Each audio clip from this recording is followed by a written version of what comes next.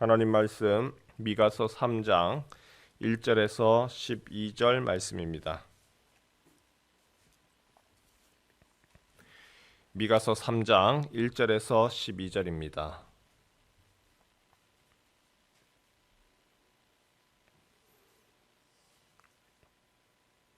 제가 가진 성경 1293면에 있습니다. 미가서 3장 1절에서 12절 한 절씩 교독하겠습니다. 내가 또 이르노니 야곱의 우두머리들과 이스라엘 족속의 통치자들아, 들으라. 정의를 아는 것이 너희의 본분이 아니냐.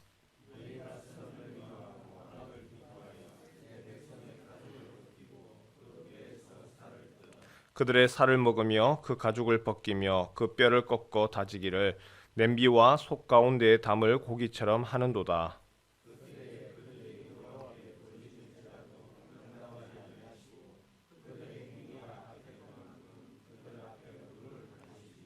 내 백성을 유혹하는 선지자들은 이에 물 것이 있으면 평강을 외치나 그 입에 무엇을 채워주지 아니하는 자에게는 전쟁을 준비하는도다. 이런 선지자에 대하여 여호와께서 이르시되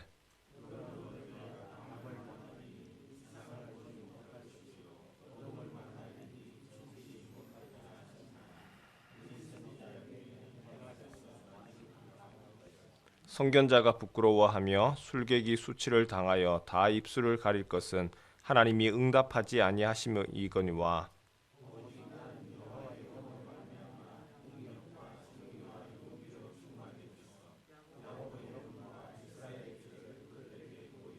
야곱 족속의 우두머리들과 이스라엘 족속의 통치자들 곧 정의를 미워하고 정직한 것을 굽게 하는 자들아, 원하노니 이 말을 들을지어다. 그들의 우두머리들은 뇌물을 위하여 재판하며 그들의 제사장은 삭슬 위하여 교훈하며 그들의 선지자는 돈을 위하여 점을 치면서도 여호와를 의뢰하여 이르기를 여호와께서 우리 중에 계시지 아니하냐, 재앙이 우리에게 임하지 아니하리라 하는도다. 이러므로 너희로 말미암아 시온은 갈아엎은 밭이 되고 예루살렘은 무더기가 되고 성전에 사는 숯불의 높은 곳이 되리라. 아멘. 오늘부터 우리가 미가서를 살펴봅니다. 미가서의 기록자 미가 남쪽의 이스라엘 선지자와 같은 시기에 활동했던 선지자입니다. 미가서가 가지고 있는 좀 독특한 것이 있는데요. 첫 번째로는 이 미가는 다른 선지자들은 북쪽 이스라엘에 대해서 선포를 한다든지 심판을 이야기한다든지 아니면 남쪽 유다에 대해서 심판하는 그러한 특징을 가지고 있다면 미가 선지자는 양쪽을 다 이야기합니다. 북쪽 이스라엘에 대해서 심판하고 남쪽 유다에 대해서 심판을 합니다. 1장 1절 말씀에 그렇게 나와 있죠. 유다의 아들 요담과 아하스와 히스기야 시대에 모레셋 사람 미가에게 임한 여호와의 말씀 곧 사마리아와 예루살렘에 관한 묵시라. 사마리아라고 하는 것은 바로 북쪽 이스라엘 수도를 이야기를 합니다. 또 다른 하나의 특징이 있는데 이 미가서는 예수님에 대한 예언이 또 많이 나타난다는 점이죠. 미가가 선포하던 그때 당시 하나님이 그러면 왜 심판하실 수밖에 없는가? 특별히 선지서를 들어가 보면 하나님의 칭찬과 위로보다는 하나님의 징계와 심판의 거의 대부분을 차지합니다. 하나님이 미가서를 통하여서 왜 심판을 하시느냐? 당시 국제 정세 아수르가 점점 세력을 펼치고 있었습니다. 불안합니다. 언제 나라가 위험에 빠질지 모릅니다. 그런 상태가 되면 그 나라 안에 있는 사람들끼리는 그래도 서로를 위로하고 격려하고 힘을 보태주고 같이 함께 살아가기 위하여서 힘을 똘똘 뭉치고 위로하면서 더불어 살아야 되는데 오히려 그렇지 못하고 그 안에서 자신의 계급 갈등으로 인해서 더 싸웁니다. 계층 간의 갈등이 심화되어지고 도덕적인 부패, 뇌물이 흥행하고 그리고 정의가 사라지더라는 것이죠. 사회적인 부조리, 하나님이 진노하시는 첫 번째 이유입니다. 오늘 읽은 3절 말씀에 3장에도 그렇게 나오죠. 9절에 보니까 야곱 족속의 우두머리들과 이스라엘 족속의 통치자들 곧 정의를 미워하고 정직한 것을 굽게 하는 자들아, 원하노니 이 말을 들을지어다. 정의를 굽게 하더라. 돈만 받으면 모든 것이 판결을 원하는 대로 다 해줍니다. 정의가 사라졌습니다. 그래서 미가서에서 많이 나오는 단어가 있는데 정의라는 단어입니다. 정의, 그리고 평화, 그리고 메시아. 우리 성경 하나 찾아보겠습니다. 미가서 6장 8절 말씀입니다. 미가서 6장 8절 말씀. 아주 유명한 말씀입니다. 같이 한번 읽겠습니다. 시작. 사람아, 주께서 선한 것이 무엇임을 내게 보이셨나니 여호와께서 내게 구하시는 것은 오직 정의를 행하며 인자를 사랑하며 겸손하게 내 하나님과 함께 행하는 것이 아니냐. 하나님이 구하는 것, 하나님이 지금 기대하는 것이 무엇이냐. 여호와께서 내게 구하는 것은 정의를 행하고 인자를 사랑하고 겸손하게 내 하나님과 함께 행하는 것이다. 1977년도 1월달 미국의 지미 카터 대통령이 취임을 할 때에 바로 성경을 얹고 성경 위에 손을 얹고 방금 읽었던 미가서 6장 8절 내가 대통령으로서 해야 될 것, 여호와께서 기대하시는 것, 정의를 행하며 인자를 사랑하며 겸손하게 하나님과 함께 행하는 것입니다. 라고 서약을 했었던 거죠. 하나님이 기대하시는 것 첫 번째 정의입니다. 공평을 기대하시고 계층 간의 갈등이 아니라 함께 더불어 가는 것이죠. 하지만 점점 더 부패가 되어지면 사회가 잘못되어지면 어떠냐? 정의가 사라집니다. 억울한 사람들이 계속해서 속출되어지는 것이죠. 2장 같이 한번 볼까요?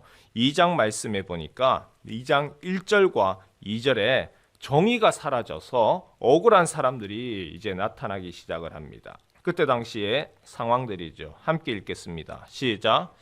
그들이 침상에서 죄를 꾀하며 악을 꾸미고 날이 밝으면 그 손에 힘이 있으므로 그것을 행하는 자는 화 있을진저 밭들을 탐하여 빼앗고 집들을 탐하여 차지하니 그들이 남자와 그의 집과 사람과 그의 산업을 강탈하도다.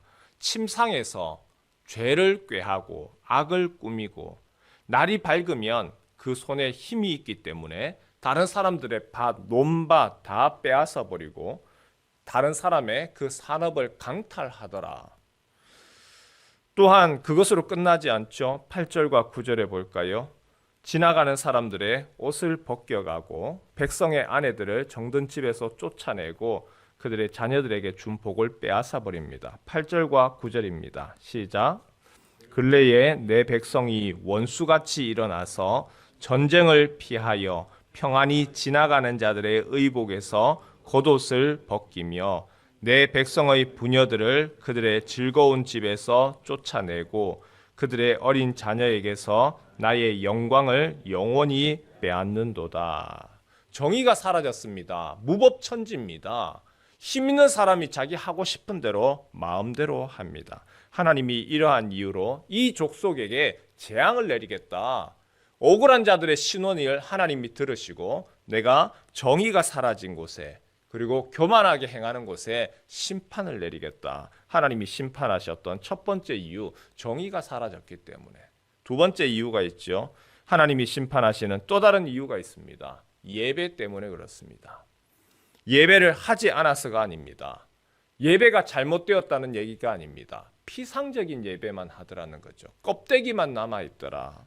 하나님이 정말 기대하시는 것, 그들의 삶과 예배가 일치된 예배인데 삶은 사라지고 와서 했다. 그런 예배만 남아있더라는 것이죠. 우리 미가서 3장 1절에서 3절 말씀만 같이 한번 읽겠습니다. 시작. 내가 또 이르노니 야곱의 우두머리들과 이스라엘 족속의 통치자들아 들으라. 정의를 아는 것이 너희의 본분이 아니냐. 너희가 선을 미워하고 악을 기뻐하여 내 백성의 가죽을 벗기고 그 뼈에서 살을 뜯어 그들의 살을 먹으며 그 가죽을 벗기며 그 뼈를 꺾어 다지기를 냄비와 솥 가운데에 담을 고기처럼 하는도다. 하나님 앞에서 그들이 예배를 하지 않는 것이 아닙니다. 지금 제사를 이야기를 합니다. 그들의 살을 먹고 가죽을 벗기면서도 그 뼈를 꺾어 다지기를 냄비와 속 가운데 담을 고기처럼 하는도다. 그러면서 그들이 무엇을 하죠? 4절 같이 한번 읽어볼까요? 4절입니다. 시작. 그때에 그들이 여호와께 부르짖을지라도 응답하지 아니하시고 그들의 행위가 악했던 만큼 그들 앞에 얼굴을 가리시리라. 영화 같은 데 보면 이런 장면이 있습니다. 혼자서 찬송을 부르는 악당입니다. 찬송도 부르고 그러다가 보고를 받는데 기분 나쁜 보고가 있으면 성경책을 가지고 그냥 그대로 묵사발을 만들어 버리는 겁니다. 삶이 전혀 바탕되어 있지 아니하는 그러한 예배, 기도, 하나님이 역겹다. 내가 보지 않겠고 듣지 않겠다. 그리고 정의와 예배 별개가 아니죠. 예배하는 사람이 정의로워야 하는데 사회가 부패한 이유 하나님과의 관계가 멀어졌습니다. 게다가 3장 9절에서 12절을 보면 지도자들이 정의를 미워하고 뇌물, 돈을 밝힙니다. 그러면서 하는 얘기가 있죠. 하나님이 우리와 함께 계시기 때문에 재앙이 없을 거다. 그리고 잘못된 믿음을 뽐냅니다. 우리 9절에서 12절 같이 읽지요. 시작. 야곱 족속의 우두머리들과 이스라엘 족속의 통치자들 곧 정의를 미워하고 정직한 것을 굽게 하는 자들아 원하노니 이 말을 들을지어다. 시온을 피로 예루살렘을 죄악으로 건축하는도다. 그들의 우두머리들은 뇌물을 위하여 재판하며 그들의 제사장은 삭슬 위하여 교훈하며 그들의 선지자는 돈을 위하여 점을 치면서도 여호와를 의뢰하여 이르기를 여호와께서 우리 중에 계시지 아니하냐 재앙이 우리에게 임하지 아니하리라 하는도다.